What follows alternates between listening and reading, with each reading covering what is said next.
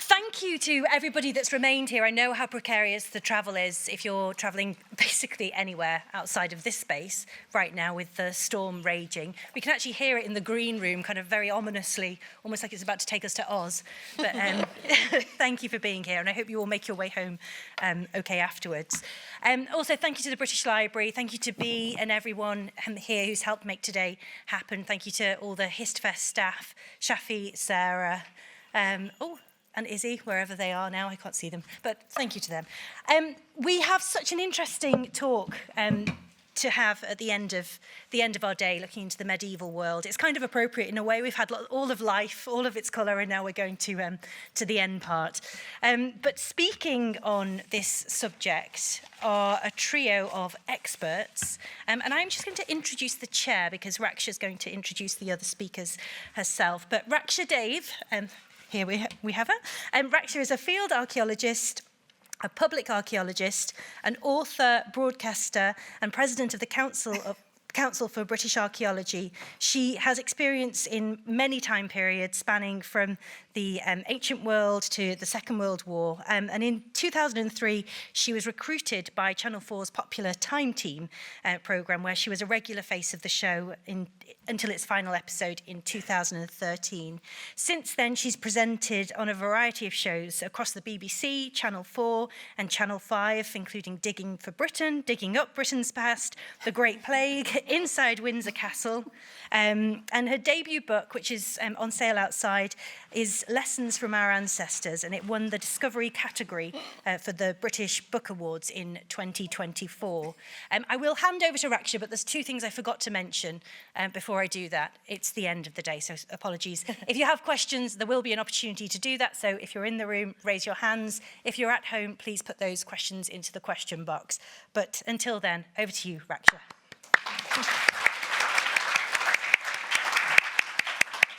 Well, it's lovely to see you. So hello, everybody, and thanks for lasting till the end of the day. And hello, everybody at home who's listening as well.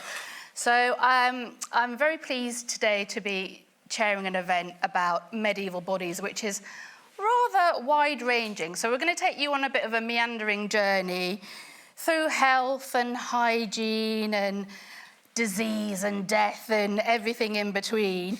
But I've got these amazing experts with me. So here I have Dr. Shazia Jagot. She's senior lecturer at York, and you specialise in the medieval literary world, don't you? And not just English literature, but also literature from the Islamic world and other places around the globe.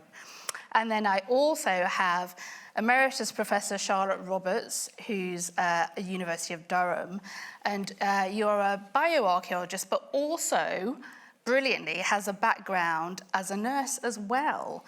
Yeah. So you kind of like have this kind of,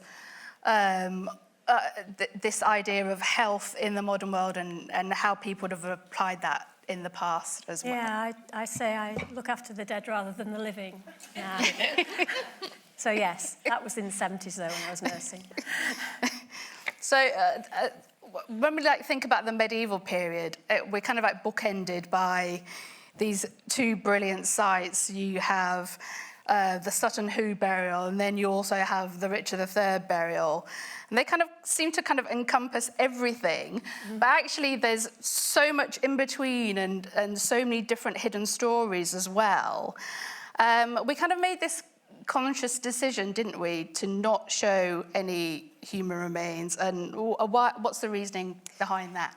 Well, when I first entered into the field of bioarchaeology, nobody talked about the ethics of excavating, analysing, storing skeletons in museums. But there's now big debates in my field about the ethics of doing anything with skeletons, and this varies obviously across the world, and some parts of the world have native living people whose ancestors they don't want dug up and analysed. So that's why I don't really want any bones showing on the screen tonight, because we should really be respectful to our ancestors' remains, and that's how I used to teach my students. Don't give skeletons names, etc. Treat them with the respect you would like if you were on that table as a skeleton. They were once living people, so that's why. I should say, though, we do have some, we have a couple of images that are from medieval manuscripts where somebody has, an illustrator has imagined skeletons. So we've got a couple of those images that will come up behind us as we're speaking. So you'll get to see how people thought of skeletons, imagined them in the medieval period. So how much has actually changed in the field? Because obviously there's been scientific developments about how we actually look at human remains and how we can analyse them. And also there must be lots of kind of records and literary records that have brought many interesting things to light about how medieval people lived their lives. So what are the really interesting things that you can tell us? There's been an amazing change in bioarchaeology since the early 80s at least, particularly using advanced scientific techniques like ancient DNA analysis to detect diseases, and using stable isotope analysis, chemical analysis of teeth and bones to look at people's diet and their migration patterns. And so that has really transformed a lot of what we thought we knew about the past. For example, we thought, I think, that people were pretty static in the past. They didn't move around very much, but oh no, they were moving around a lot in the past. So we have people who were buried in this country hundreds of years ago who weren't born and raised in this country. They came from elsewhere. So those are just two of the methodological developments. And what about in the literary world? Well, maybe I should say something about, so not just in the literary world, but so when we're thinking about kind of literary sources in the medieval period, we're often thinking about kind of imaginative literature, right? So you're thinking about poetry, for instance. You're thinking about, if you've read Chaucer's Canterbury Tales, you'll know in the general prologue he gives us descriptions of all the different pilgrims, and he's really interested in their bodies. He's really interested in telling you something about somebody, the prioress's forehead, or the wife of Bath has a gap in her tooth, or the fact that one of the summoner, for instance, is called a slender choleric man. And so Chaucer starts to use kind of terminology that is scientific and medical to describe some of these pilgrims. And he gives you like a little taste of something. He'll drop in a word like choleric, or he'll tell you that the summoner has a sore spleen face, which means he has kind of itchy scabs on his face, which might tell you something about his whatever he's suffering from at that moment, but that also might tell you something about his character. So poets are playing around with the language of bodies, of medicalized bodies, to tell you something about characters, to give you a little sense of somebody's temperament or behavior.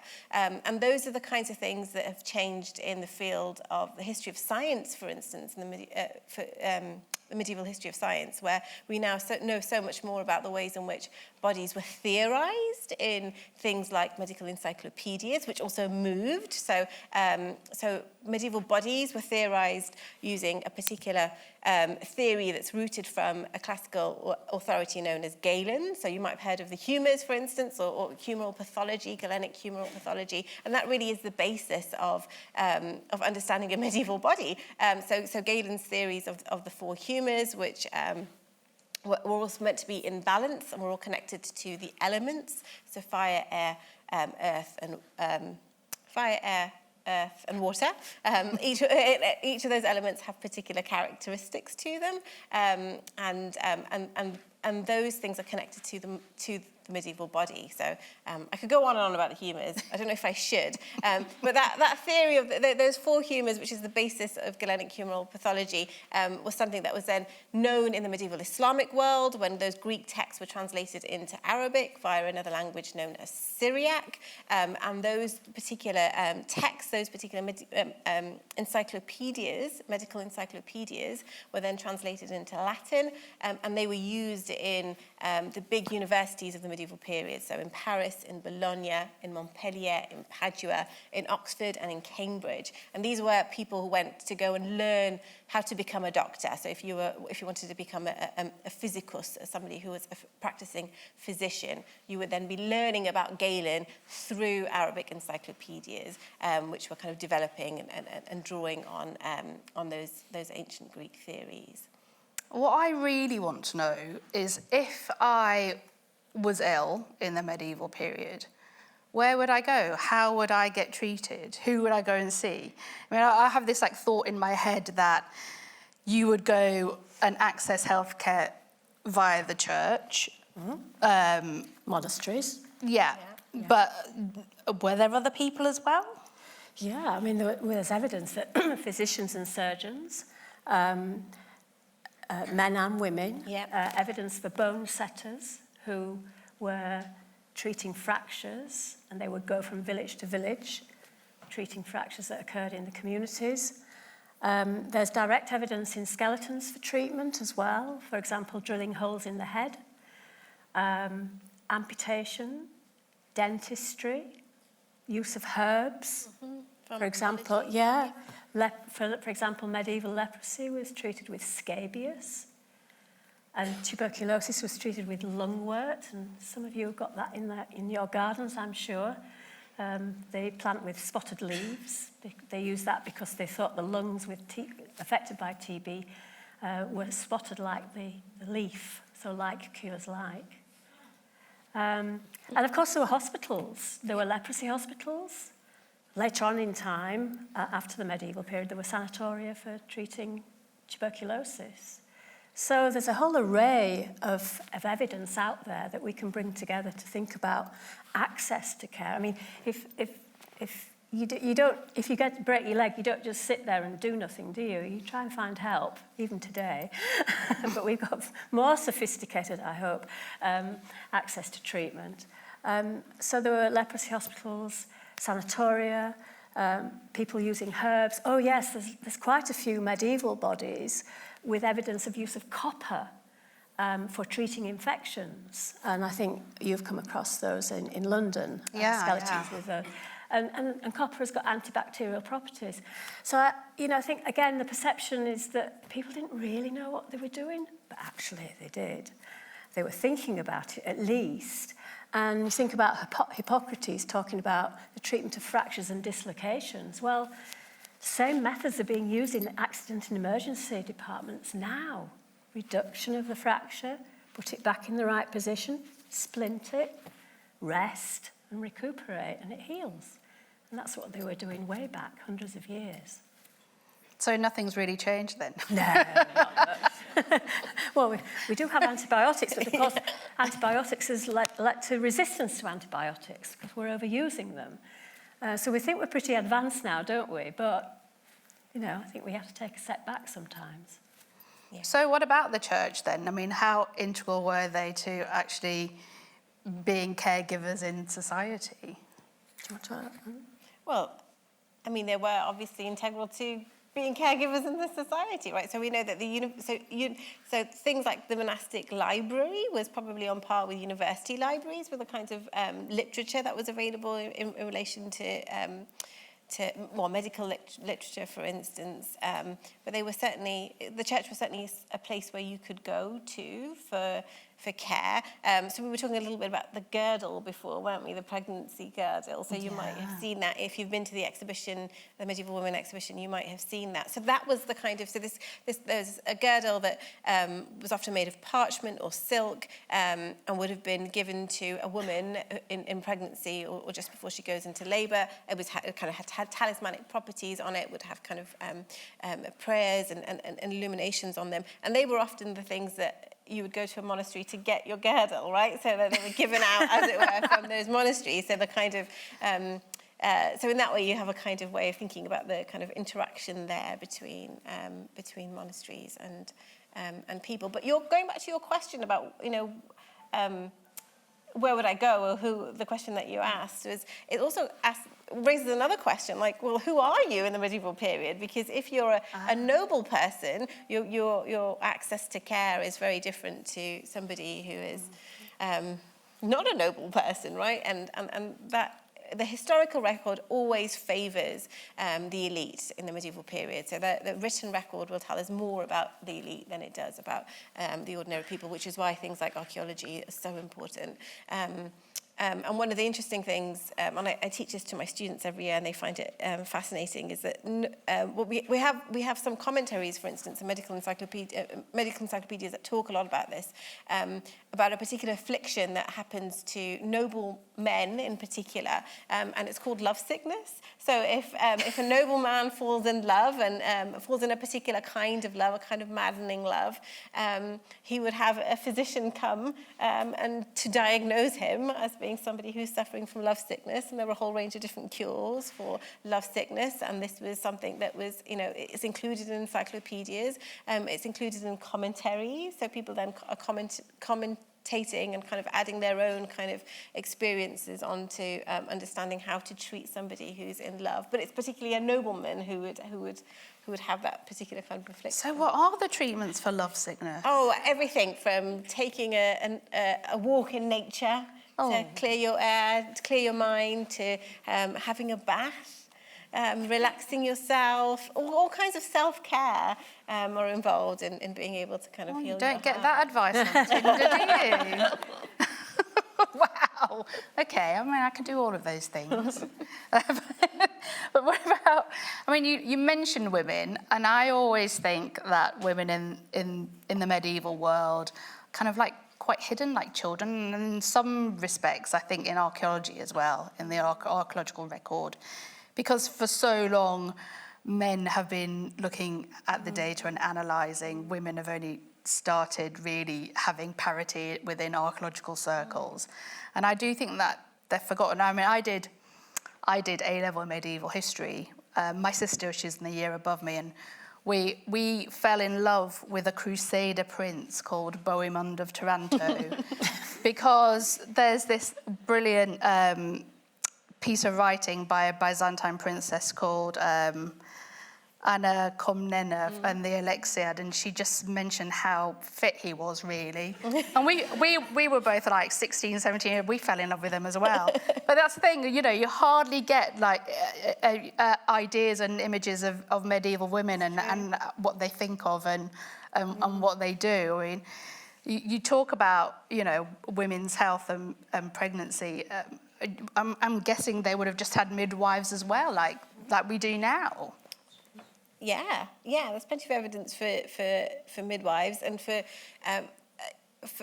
midwifery also to be a profession within a family, for instance. And we have evidence of that, for instance, in places like Aragon, so outside of medieval England, so thinking across into the continent, where you have... where you also have Muslim physicians and Jewish physicians and Muslim midwives and Jewish midwives, and often their mothers and then their daughters will also pick that up too. And midwives who are associated with particular royal households as well. Yes, they existed, they were there, they helped. And I guess the records are skewed towards men, they're skewed to elite households too, so we know more about them than we do about ordinary women, I think, as well, yeah. I think in the archaeological record, we do get glimpses of pregnancy, but when it has gone wrong. Wrong, yes, so fetal remains in the grave. But although, this is just off the top of my head, I don't think there's a huge amount of evidence for that, and it may be that fetal remains don't survive in the ground to be excavated, or they may have, if the fetus was delivered, they may have been buried elsewhere, depending on what time period you're talking about. So I think the evidence is probably lost quite a bit of the time. I've excavated a few medieval sites where you do get neonates buried outside of the consecrated grounds because you're not allowed to bury them in the consecrated, which is it's really sad and touching when you excavate those remains, and very heartbreaking, really. Yeah, so there's a site, quite a famous site, famous for syphilis, in Hull, medieval site, a monastic community burial ground that has women in it. And I recall a coffin, and inside the coffin of the lady who had died was a tiny coffin containing fetal remains as well. So there are exceptions, of course. Yeah, and Spitalfields as well, we excavated quite a few as well. So it's quite horrific to do a job like that, but you do get them. What about disease then? Moving on. Well, in bioarchaeology, we can identify diseases in the skeleton and the teeth, or the bones and the teeth, but only a small percentage of diseases will affect the bones. And therefore, we look to other methods that might detect diseases that don't affect the skeleton or were present in the individual when they died, but it hadn't got to the stage where it was affecting the skeleton. But going to DNA analysis, so looking at the DNA of the pathogens that cause things like infectious diseases, we're able to actually pick up diseases that don't affect the bones, like plague. We said we wouldn't mention it today. I don't know why. Like Charlotte started it. You started it. like malaria.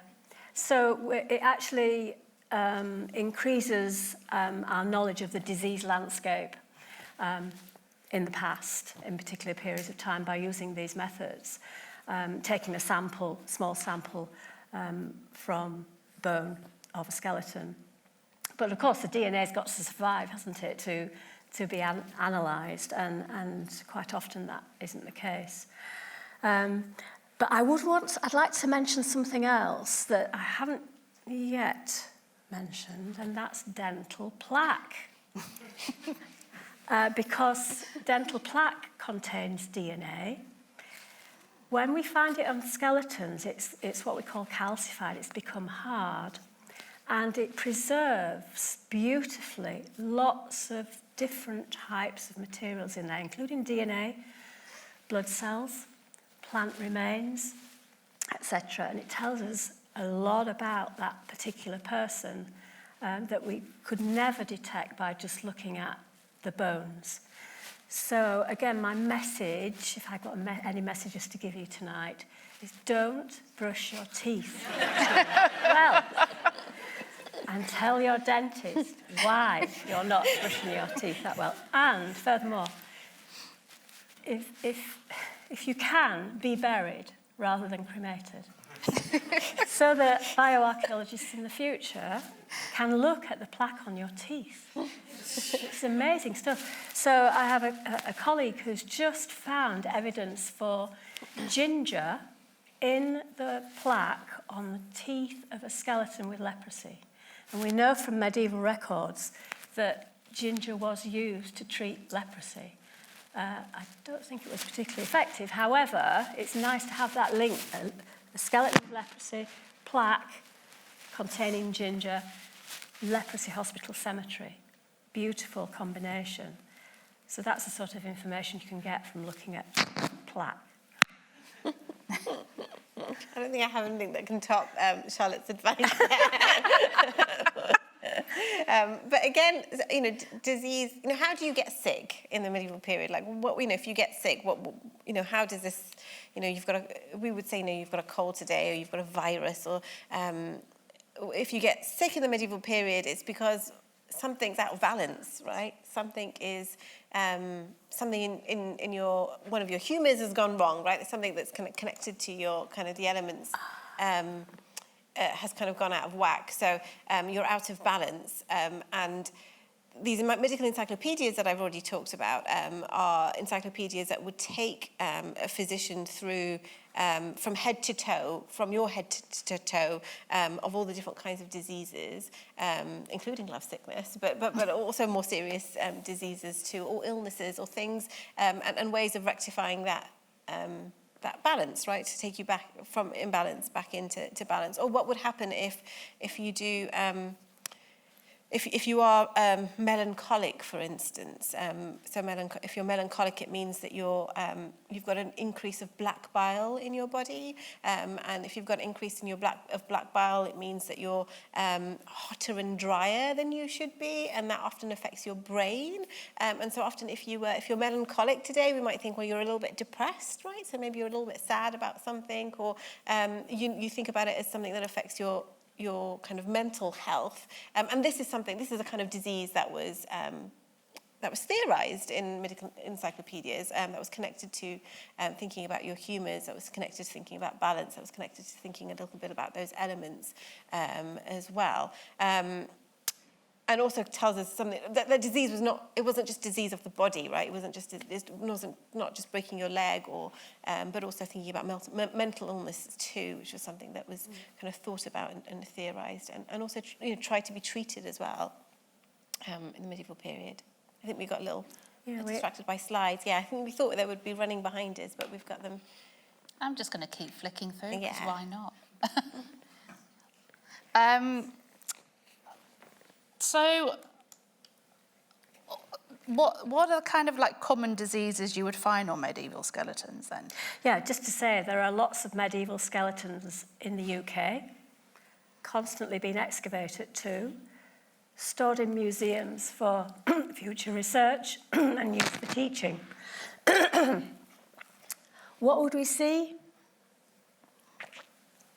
Well, evidence for trauma, fractures, head injuries, infectious diseases, particularly things like leprosy, tuberculosis, syphilis, metabolic diseases such as vitamin C and vitamin D deficiency, rickets and scurvy, tumours, dental disease, lots of joint disease, lots of arthritis.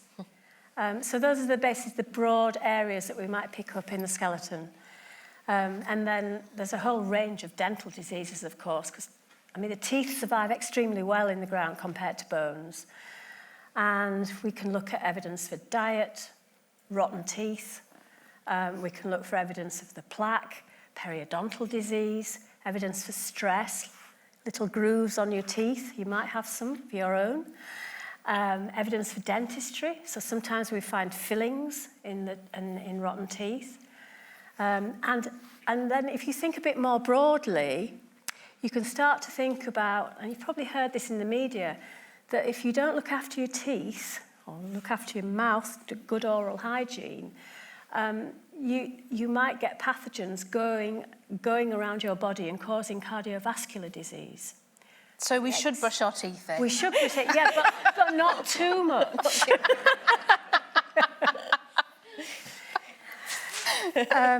So yeah, that's the range. But for example, tuberculosis only affects a few percentage of people in their bones.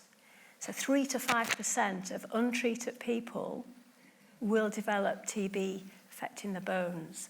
So that's why using ancient DNA analysis is really helpful for detecting many of the infectious diseases. And it also tells us about the species and the strains of these pathogens. And, well, just nice, we've got this slide on at the moment. And we can use that information to track the movement of diseases with people from their origins across the world, across countries, continents. And there's been some fantastic work in this field, and I'll just give you one example. Skeleton from a very famous leprosy hospital, medieval leprosy hospital in Winchester, southern England, was found with leprosy, bony changes of leprosy, and they did ancient DNA analysis to detect the pathogen causing leprosy. And they found a strain in that skeleton, a strain of leprosy, that today is in Asia. It's found in Asia. So whether that was the same in the medieval period, whether that person actually moved around, brought the disease with them to Winchester, we'll never know. But in addition to that, the chemical analysis suggested this person was not local to Winchester or not local to the UK, but they couldn't actually decide where this person had come from.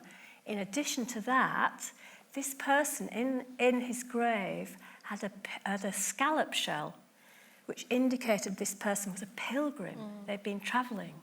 So it's a really neat study. So you've got the isotope analysis, the DNA analysis, the paleopathological analysis.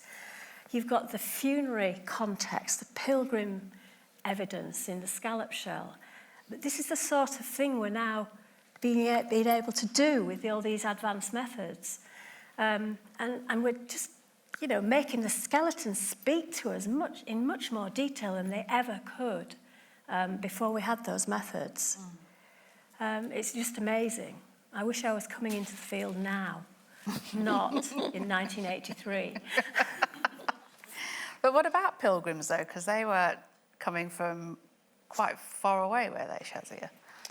Well, it depended on where you're going on, where you're going on pilgrimage, right? So if so think about the medieval Christian world, for instance, there are lots of places where you could go on pilgrimage. So the scalp shell always makes me think of Santiago de Compostela in northern Galicia, so the big kind of St. James the Apostle, where you can still walk the way of St. James. And again, if you know Chaucer's Canterbury Tales, you know that they're all on a pilgrimage there, and they're all going on a shorter pilgrimage, right? They're going from Southwark down to Canterbury to see the shrine of St. Thomas Becket. And so that kind of the idea of people on the move, that's what I was thinking of when Charlotte was talking, that actually the skeleton is this static object that we have, but it tells us so much about the body that was on the move, but also all the other things that were also on the move alongside that, right? So not just kind of the body itself, but knowledge of knowledge itself, but food and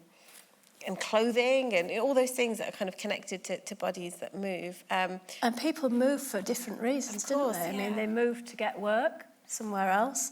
They moved to get away from where they were living to a better life. And we see that a lot today, don't we?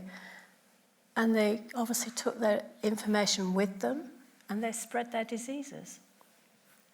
I mean, and they traded, they were trading. Yeah. There were trade networks. But that's the thing, isn't it? I think people often think of the medieval period as being very static, actually. Yeah. It was just as dynamic as it is today, and people were moving around just as they do today. Yeah. I made this show for Channel 4 called Body Detectives, and I interviewed, I don't know if anybody's familiar with Mark Ormerod's work. He passed away quite recently, but I was very lucky to interview him in the National Archives, where he basically spent his life work looking at immigration records from all over Europe, because we just have this fixed idea in our head now, I think, of immigration, migration, but actually you had all of these ports that were covering the UK and where people were just moving in and out. And these records, I mean, you should definitely go to the British Library and have a look at the big book, because it's rather expensive. But he does have a smaller book as well. And it was just so fascinating, just seeing all of these different types of people coming into all these different ports and how they just stayed here. People from Iceland, the Netherlands, you name it, from everywhere. It's pretty amazing stuff. And as you said, the idea of thought as well, moving with these people and different new ideas. So part of this show was actually looking at some human remains, and it was incredible because it was a 12th century skeleton, but somebody had actually attempted to do post-mortem on them, techniques that were only being used in Italy at the time. So just it was very deviant, they would say. Really interesting. I mean, you must obviously see that in the historical record. Yeah, and so Mark Ormerod's project was called England's Immigrants, and you can Google that and you'll see their whole database. It's kind of freely available. I was doing it yesterday with my husband's surname. I was like, where are you really from? It was like really interesting. You can kind of see.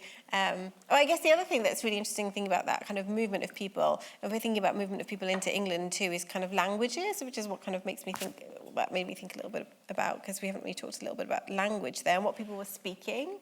So we know that, for instance, that we have people coming into London, ports of London, who were speaking Italian, right? So we've got Italian merchants. French, of course, was spoken in England too. Again, it reminds me of Chaucer. So if you know anything about Chaucer, he kind of grew up in a place called Vintry Ward. He was connected to near the ports of London, was hearing lots of kind of languages that were coming in from these different traders who were coming into these different ports as well. So it just made me think a little bit about language there. So I'm really interested in thinking about kind of the knowledge of, the movement of knowledge, which is why I've been talking to you a lot today about kind of those medieval encyclopedias that moved, and these kind of encyclopedias that were, were written in Arabic in various different places across the medieval Islamic world, from Baghdad to what we might call Azerbaijan today, all different kinds of places that were then that they then kind of themselves moved, these kind of copies of these texts moved often into places like Sicily, into places like the south of Spain, and they were then translated into Latin by other people who moved. So we know lots of Englishmen, for instance, moved in the 12th century to the south of Spain in order to translate works from Arabic into Latin, including medical texts that were then brought into universities in kind of different places across medieval Europe as well. So kind of language and movement is also really important for thinking about medieval bodies, because that's how we these kind of theorizations of medieval bodies were also then known and spread in different places, from as far wide as kind of Baghdad to Canterbury, really. That's what Mark Ormerod's work also makes me thinking about kind of language and multilingualism. And also like archaeologically, how knowledge spreads through technology and ideas and thoughts and things, and you see that all the way through time. Obviously, not just in the medieval period. That's how people learned how to make metal or how to make stone tools, and all of, just all of that knowledge just spreading around the world. And also, medieval Africa, the whole continent of Africa, how they were trading with the rest of the world, and people just don't know about it. It's just, I just find that whole thing, that whole melting pot of ideas and thoughts really interesting. Yeah. We mustn't forget the animals were moving as well, bringing diseases with them. And this slide here just reminds us that we're all connected, animals, humans, and the environment, and we can all get disease. So we need a healthy environment. I'm just talking from the present day perspective at the moment, but animals were moving with humans too, and people were living close up with their animals too and getting diseases from them. And a lot of our diseases originated in animals. So it's a sort of a whole picture of health, as it were. I mean, we could actually even have a modern day example, couldn't we, of, with COVID quite recently, how it's ever present. It doesn't really go away, does it? No. We're travelling too much, aren't we? Moving around the world too much and too fast. And we should stop doing that, because we are bringing... So we shouldn't brush our teeth. We should stop travelling. Okay, my takeaways for today. Great. I'm just moving these slides on because we spent quite a lot of time putting them together, and you might be interested to actually see some of them. I'll just, for the last little time. Yeah. So, shall we talk about the plague then? Do you really want to? Well, yeah, look, everybody wants to. I might as well. Well, there you go. Yeah. And you know a lot about the plague, don't you? I too much. There you go. So it was quite weird, because I made a show about it's obviously not the medieval period, but The Great Plague, obviously, same pathogen, different century.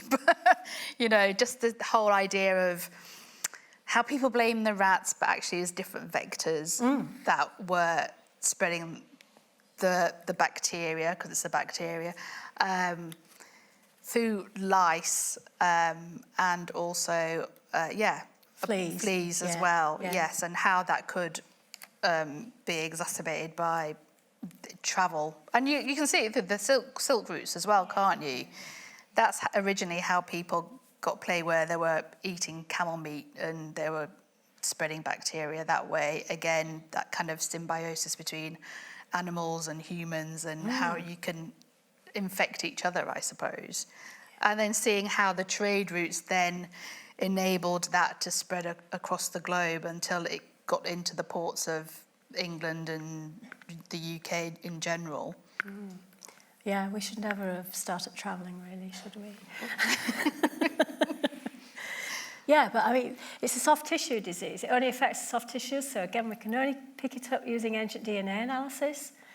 But there's been some very famous cemeteries excavated, and particularly one in London that you were involved with. Well, Spitalfields. Yes. Yeah, so I think of Spitalfields is like really interesting because you obviously have the plague pit element, but also quite recently and quite fascinatingly as well, after using DNA analysis, they realised that there was actually a massive period of famine as well during the medieval period, which was almost this kind of like epic climate catastrophe induced by a volcano in Indonesia. I'm not kidding. You can read all about it. It's like a really fascinating story. But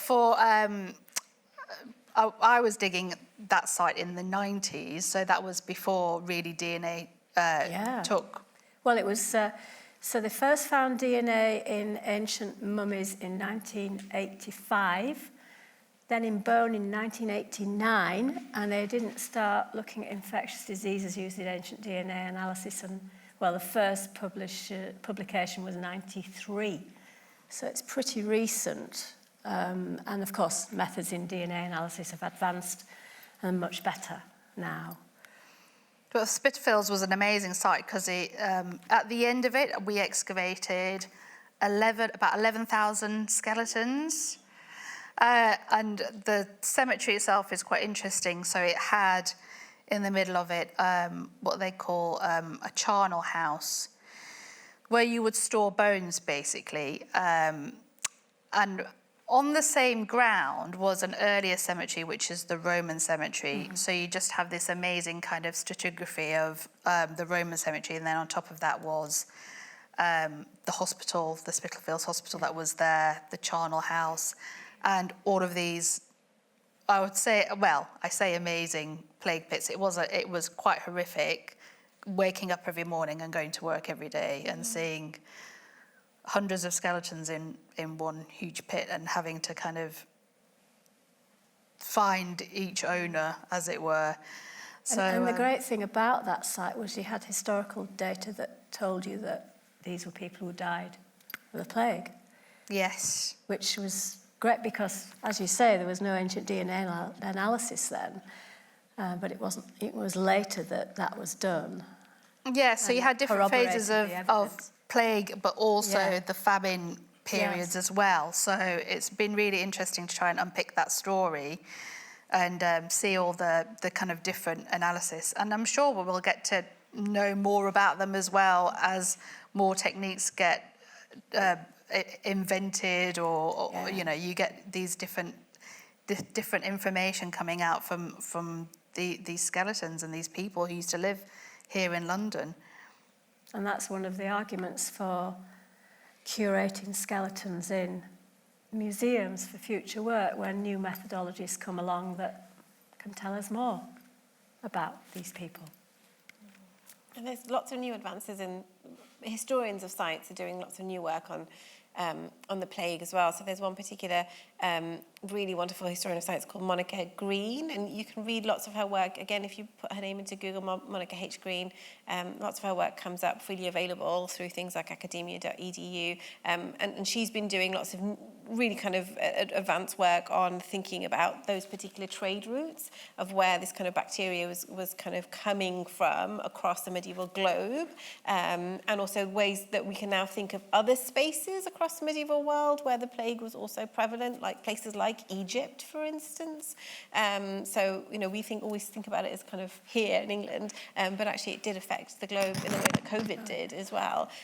So the kind of the way that medieval studies often works, sort of like in lots of studies, that we're all in these silos, right? So the archaeologists work on their skeletons, and the literary and historical people work on their texts, and actually there's so much more kind of crossover now. There needs to be more crossover. And there's kind of it's talking to definitely each other. more teamwork, bringing different disciplines together to create a whole, rather than, as you say, working in silos. Oh, I'll just look at the skeletons, I'm not interested in anything else. No, you get, you know, bring it all together and you get more out of it. Yeah, in order to learn more about the actual body, right? All the kind of the bodies Yeah. themselves, not just as a kind of the object of it, So what is the most interesting thing that you've worked on? Do you know, I go back to 1994, and I did a report for a medieval cemetery in Gloucester. And in that cemetery of about 130 individuals, there was a lady or a woman with evidence of syphilis. This was a monastic cemetery, and she had clear evidence of well, we call it treponemal disease, and there are different diseases under that umbrella. Syphilis, venereal syphilis being one. Interesting that it was a monastic site, and she was buried there, and she has syphilis. And it's the first time I'd ever come across somebody with this disease in the past. So it was very early on in my career. Then, fast forward maybe 20 years, and more syphilis. I'm not obsessed with syphilis. Evidence in this site in Hull. It's called the Magistrates' Court site, excavated quite a few years ago, and about 250 individuals, monastic, males and females buried there, probably lay cemetery as well as a monastic cemetery, and several of the skeletons had evidence of syphilis. Interestingly, we did some chemical analysis to look at where these people might have come from, because there's a lot of historical data that tells us that Hull was, in the medieval period, it was a very, very busy trading port. So I thought, maybe these people were bringing their syphilis in with them. And we analysed some of the skeletons using this chemical analysis. But unfortunately, most of the individuals were locally born and raised. One might have come in through that port in a trading context, but it was a nice idea. Just didn't quite work out as I expected it to. Were they actually attached to that monastery then, or? Yes, they were, yes. Yes. Fascinating site. And great funerary archaeology as well. I was talking about the female with the little coffin of fetus in the grave beside her. Yeah. So I suppose that's the. Yeah. But the other thing. I mean, this isn't my work, but I should tell you about leprosy and red squirrels. So you may. A medieval red squirrel. Medieval red squirrels. A really important paper come out this year, but the Winchester Leprosy Hospital Cemetery has had a lot of fantastic research done on it. But they found that one of the skeletons had DNA of a particular leprosy strain that is found also on Brownsea Island in red squirrels. You've heard of Brownsea Island off the south coast? The same strain of leprosy. But also there's been quite a wide study of leprosy in red squirrels in the UK. So red squirrels, not only are they being plagued by grey squirrels, they now have leprosy, and they're in Scotland, Northern Ireland, Wales, and Brownsea Island. There's evidence for leprosy in them. But this paper this year, in 2024, the authors analysed some squirrel bones from Winchester, where this leprosy hospital cemetery was, and they found evidence for leprosy in the squirrel bones. So it's really lovely. Actually, going back to this One Health, it's a lovely example of humans, animals, and an environment on Brownsea Island that supports squirrels today. But how long red squirrels have had leprosy, who knows? But in the medieval period, they were trading furs and they were keeping red squirrels as pets. So perhaps humans were getting their leprosy from red squirrels. Just an idea. I don't know, red squirrels, dental care, love sickness. I've learned quite a lot today. And then, just another one. Listen, we're going to Peru now, and we're going to talk about TB, tuberculosis, which obviously affects humans today. Leprosy affects humans today. But 1,000 years ago, there were people hunting and gathering in southern Peru, and they were hunting seals, sea lions, and their skeletons were analysed using DNA analysis, and they had the same strain. They had a seal strain in their bodies, suggesting that the seals they were hunting probably had TB, and they were contracting it from the seals that they caught and killed and probably ate. Oh, wow. Don't do it. Don't eat seals. Don't do it. So, Shazia, come on. I can't top that. I can't top that. Favourite thing, come on. Come on, you can do it.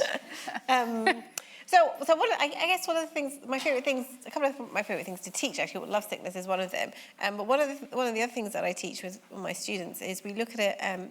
There's somebody called Rufus of Ephesus, who's a 5th century classical antique figure who wrote a text on melancholy, on De Melancholia, and it doesn't exist anymore. But what we have are kind of fragments of the Greek, and then fragments of different Arabic commentaries, and different physicians in the Islamic world who obviously had access to this text, and were learning about kind of how melancholy affects different people, but then also putting their own kind of patient notes alongside that. So kind of looking and when they're diagnosing somebody, or kind of thinking about how to kind of the treatment that they might give to someone. And that's one of my other kind of favourite things to teach, because I have lots of different there are lots of different kind of fragments from different Islamic physicians who are commenting on Rufus's text, but also have these kind of little patient notes alongside them, and then we can kind of think a little bit about kind of both how these kind of historical records survive or don't survive, the way that they move across these different languages,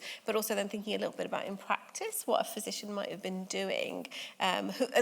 Physicians are also learning; they're also doing the reading, so they're also kind of thinking about the theory, like your doctors do today, but they're also kind of putting that into practice as well. So that's kind of one of my, it doesn't beat the squirrels and the seals anyway, but that's one of my favourite things. I enjoy teaching with that kind of material. I think it's fascinating for thinking about movement in all kinds of different ways as well, and thinking about the body and the mind in particular, in really interesting ways too. So I will end on a boring note. We need another Charlotte story, I think. Well, maybe we will have a Charlotte story, because we are now going to go to questions. So also at home, if you're listening, please do send us your questions as well. So shall we take one? Let's take one from the audience. Yes, hello. Oh, somebody's coming with a microphone.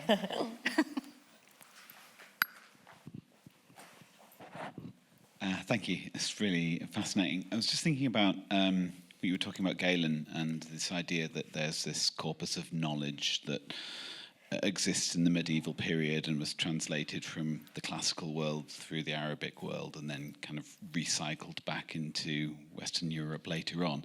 And I just wonder if is there any evidence for any kind of persistence of medical treatment and medical knowledge through the early medieval period, say in Northern Europe or in England, that might show up in the bioarchaeological record? Or in fact, if there's an absence of treatment, that you just have a few hundred years where suddenly people aren't receiving the same kind of medical treatment that they might have in the classical period. Does that make sense? Yeah, I guess it's hard. That's a good question, but a hard one, I think, to answer in lots of different ways. And I guess, we also, it's kind of what survives, and so what's in terms of kind of historical records. So we know that these, so the most famous medical encyclopedia, one of the most famous medical encyclopedias in the medieval period is by somebody called Ibn Sina or Avicenna, and he writes this canon of medicine where he's synthesizing the works of both Galen and Aristotle. So Aristotle's the other big classical authority of the medieval period who writes on natural philosophy, and those two things are brought together. And that text exists and it's copied, and we've got lots of evidence of that text that's being used, so we can see the kinds of ways in which that knowledge is, some of it is just stuff that Galen says that is then just kind of translated by rote, but then there are also things that are kind of being developed and used. So we know that stuff exists, so we know that's happening. And then there's lots of stuff that I guess we still don't know about, or there's things that are still in libraries that people can still have to go away and kind of find and learn more about. And there were probably things that were in practice, that were happening in practice that just haven't survived because nobody wrote it down, or nobody had access to the person who could then write it down for them, if that makes some sense. And then maybe their archaeological evidence would tell us more about. Yeah, fill the gaps. Yeah, those kinds of gaps. That doesn't answer your question at all, but that's a kind of way of me thinking about your question, which is a really good question to ask. Yeah. The existence of treatments like herbs or ginger. Yeah. If that shows up in the 8th century and that was, prescribed by Galen, would that mean that it was still around that point? Yeah. So the other big figure, classical figure who writes on pharmacology, somebody called Dioscorides, and he writes a text in Latin that's called De Materia Medica. Again, it's translated into Arabic. We have Latin copies, and it's a pharmacological repository. So plants and different kinds of botany, things that you would use to treat particular kinds of disease. And some of that, I think, is still quite. Does get passed on, does get used throughout the medieval period in different places. But there are probably also things that were much more local that people were using. You have herbalists, you have apothecaries, you have people who are pharmacists, people who are practicing medicine outside of that university-bound kind of physicus kind of physician figure who have that knowledge. Recipe books tell us lots of things. In the late medieval period, we've got domestic recipe books that also tell you things about the kinds of ingredients that are available and the kinds of things that people are using, not just in their food, but the things like salves, to help you kind of soothe your skin. This is great evidence of treatments, but the question is who got access to it at the end of the day. I mean, it probably wouldn't have been equal access. And then what about children, for example, as well? I mean, how much is there about children in these records of treatment? It's mainly adults, isn't it? Yeah. So and then you have a cemetery, medieval cemetery in London. And you think, well, who did get treatment, and where did they go, and who was around to help, and what herbs were they growing? And it's a big jigsaw puzzle, isn't it? So I've got a question here. It says, in several of the images, there appears to be evidence of people wearing masks. Sometimes the sick person seems to be wearing a mask, and sometimes the person treating them was wearing one. Was this typical in medieval times, or am I misinterpreting the image? No, I don't think you're misinterpreting the image. They're definitely masks. I don't know how common.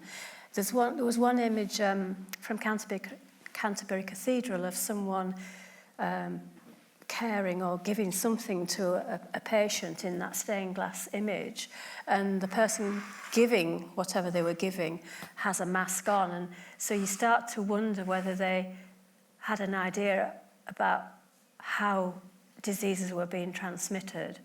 And I think there's another image of, I think it's Christ healing someone with leprosy, and the person with leprosy has a mask on. So, I mean, ideas of how diseases were transmitted would take a long time to develop, but, you know, you work it out, I guess, in the end, don't you? I mean, it took us a bit of a while with COVID, though, didn't it? You know, with everything we've got, all that, you know, that transmission, respiratory droplet transmission was the key thing. Any questions from the floor? Oh, gentleman over here.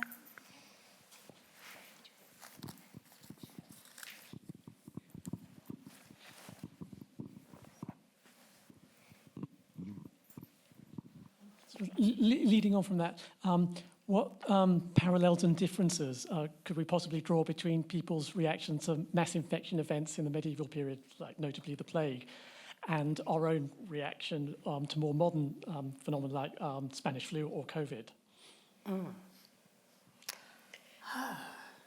Well, I think it's interesting that, sorry, Yeah, go on. Charlotte thinks. So from a literary perspective, so really I am a literary historian, the big works of the period that coincide with the plague, so you have somebody called Boccaccio who's writing in Italy. He writes a text called the Decameron, which Netflix have just done a kind of a series on. And the whole premise of that is that there are 7 young men and 7 young women who are leaving Florence to escape the plague, and then they tell stories along the way, and it's kind of this frame tale narrative.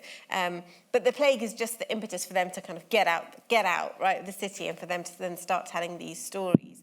And Chaucer is reading that, so Geoffrey Chaucer is reading that text. It's one of his main influences for the Canterbury Tales, but he doesn't really mention, we don't really get a sense that a plague has happened in his lifetime, you know, and it did affect him. It would, you know, affected his family, people, and his whole community, but there's a kind of absence. So it's really interesting from a literary perspective that actually there's a huge kind of absence. Lots of poets and lots of writers aren't interested in telling us things about the plague. It's almost a kind of, I don't know, yeah, like you wouldn't even think that it happened, really, if you're reading the Canterbury Tales, for instance. I think you see it more on a kind of a local level, in kind of local documents, as in things that we have to do. Yeah. So you see it in kind of like mayoral records and local civic level.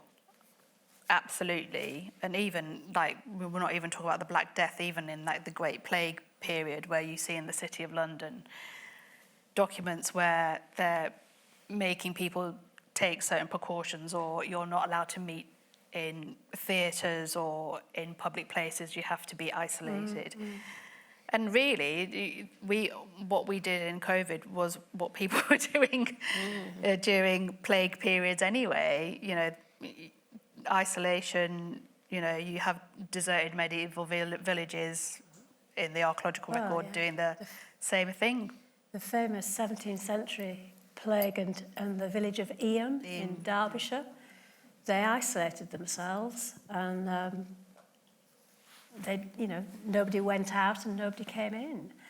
And I think that was very good of them, actually. And in fact, in COVID, I live in I live in the Yorkshire Dales, and when we were allowed out initially, I went through this village, and there was this sign on a gate, and it said, "Do you need to be here? Why are you here?" Tell that. You know, think about if you might be spreading COVID to people in our village, and it contains a lot of farmers who are farming food to feed. You know, it was really quite a severe message that they didn't. You know, they wanted to similar to Eyam. They wanted to isolate the village so that people didn't come in and people didn't go out. But yeah, I think you're right. Local conditions in dealing with the plague developed, and you'll see that in the records. What were the plague? There were plague crosses, weren't there? Did they put them on people's doors as well when they diagnosed somebody with the plague? Yeah. I think, yeah, they did. But there's definitely self-confinement and confining yourself to the household for sure. Yeah.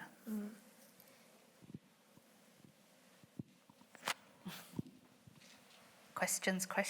Oh, There's a lady here. Yeah. Lady at the back as well. Is there anything about the way they treated the human body in the medieval period, or even conceptualized the human body, that you think we've forgotten today and that you would like to see brought back? Some clever questions today. Yeah. Makes you think. I think, so one of the things about, so I'm not saying we go back to humoral theory at all, but there's something about the way in which this idea that you are,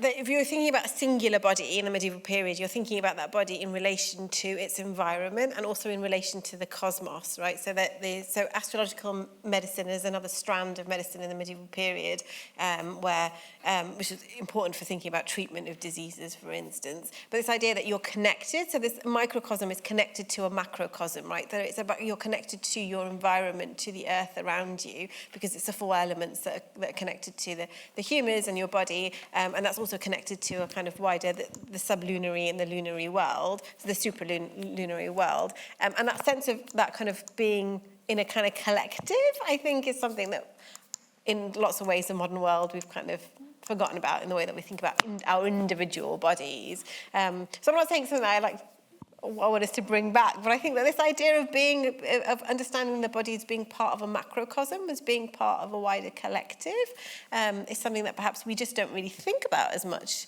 today, because we think about our own body, right? We think about our own kind of individual body and its environment, but actually it is connected to. We are all connected, right, to that kind of wider macrocosm, and that was much more, probably more prevalent, I guess, maybe in the medieval period in the way that bodies were thought of and theorised and conceptualised. And then didn't they use, it's on the screen now, but didn't they actually treat certain parts of the body at certain times of the year? Yeah, according to the signs of the zodiac. Yeah, so we have these illustrations of things called like the zodiac man, for instance. So thinking about different parts of the body that would be connected to different constellations of the zodiac, and thinking about that. So astrological medicine, for instance, would be thinking about, well, is it a good time right now to do this bloodletting because the moon is in whatever phase it's supposed to be, or, let's think about the different mansions of the moon, or we're thinking about whether or not it's a good phase of Saturn to do this in, right? So that kind of sense of, and that was really, it was taken seriously, right? This was a serious part of medicine, and we have things called almanacs, for instance, that physicians would carry on them. You could have them connected to your belt, which would give you a calendrical system, so you would know the kind of the lunar calendar, so you'd know if it's a good time or not to do the kind of treatment, depending on what phase the moon was in. So that kind of way of thinking about, we call it astrology, we call it pseudoscience today, but that was really kind of connected to the way that you're thinking about the human body. Do we all go to our GPs and suggest that perhaps they think about this is my when they're treating us? I'm a Leo. Should I take this cold remedy? Exactly, yeah. Right, okay, let's have, I've been getting 5 minutes. I reckon we're going to have 2 questions. There's a lady at the back there. That lady's had a hand up front. Okay. Hello. How confident can we be in diagnosing medieval people in today's world? Mary I, for example, we've been told her that her phantom pregnancy was actually a cancerous stomach tumour.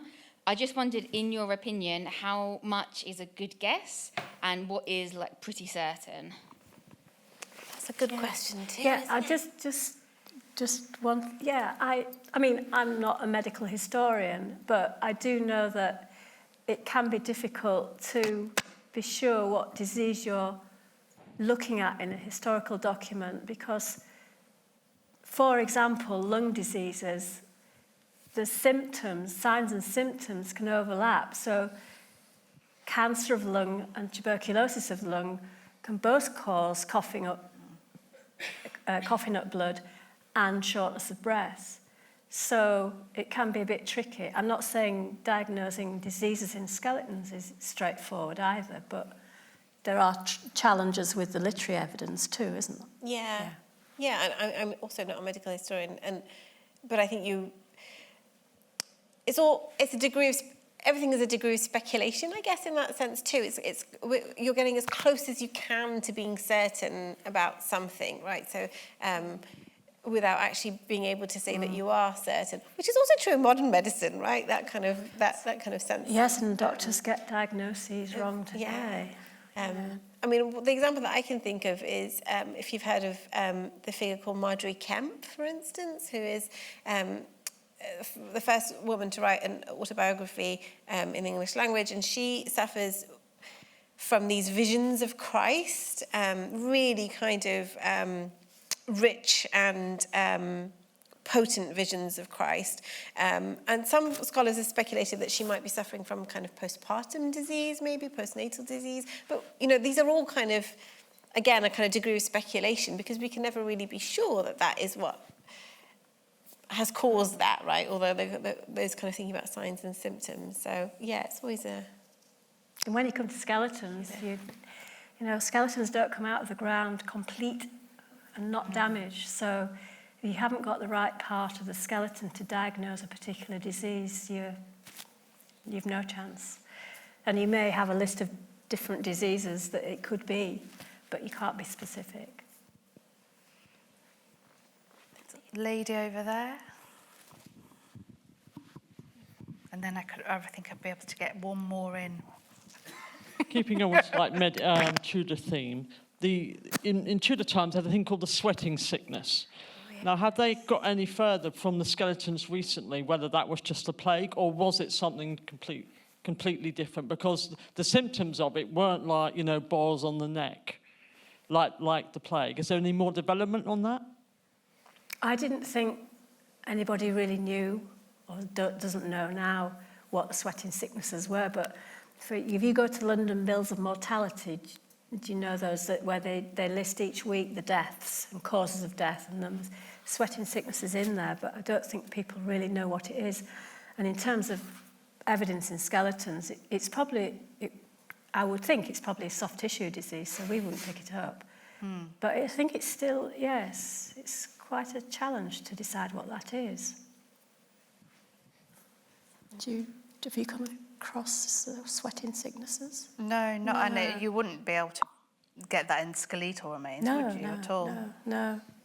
But I don't think, you asked, has there been any advances as to what it is? I don't think there is. I've not seen anything anyway.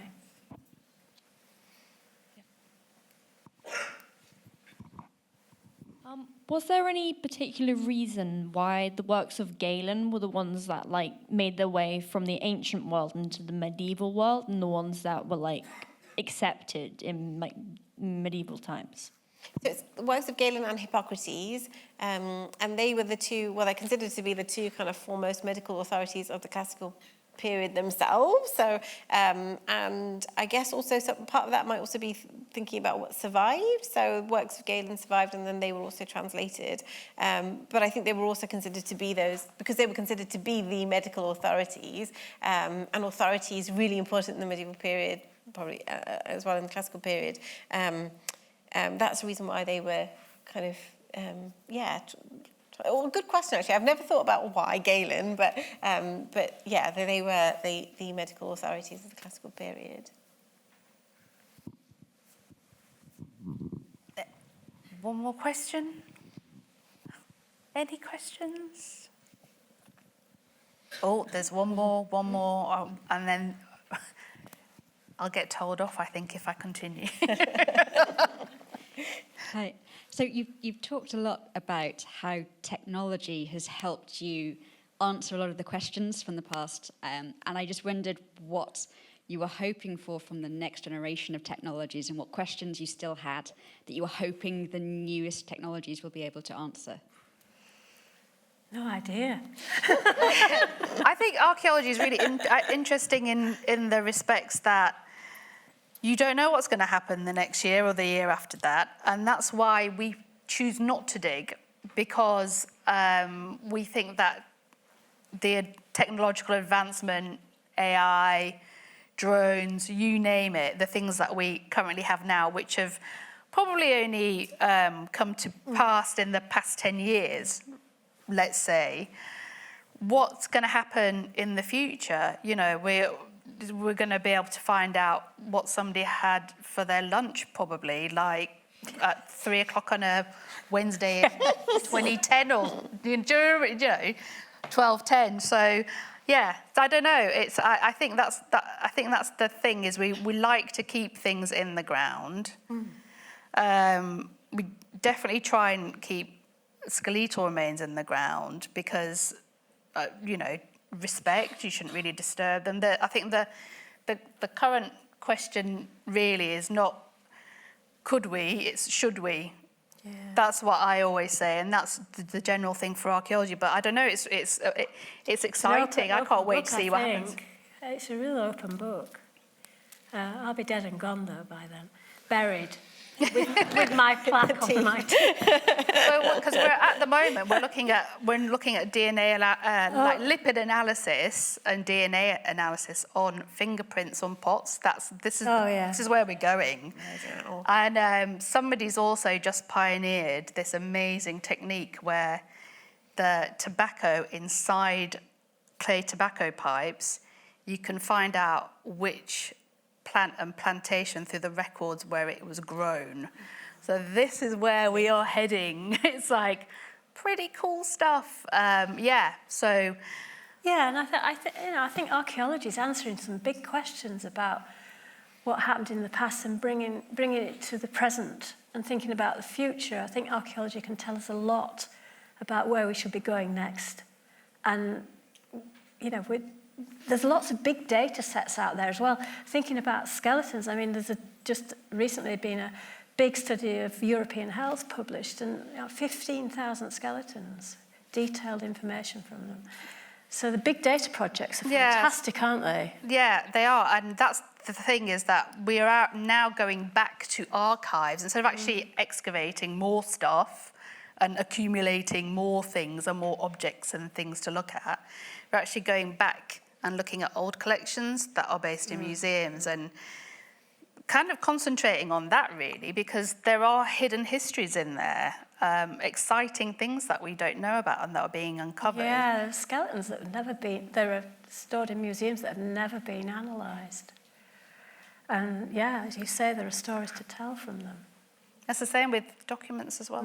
Yeah, so many manuscripts that haven't been looked at and discovered, and also manuscripts that can go into labs and people can find out all kinds of things about parchment and what was, kind of, I can tell you all kinds of things about kind of where a book was made and the kind of animal skin that was used. But I think we have to kind of wrap up now, I think. We do have to wrap up. Thank you very much for staying. Thank you.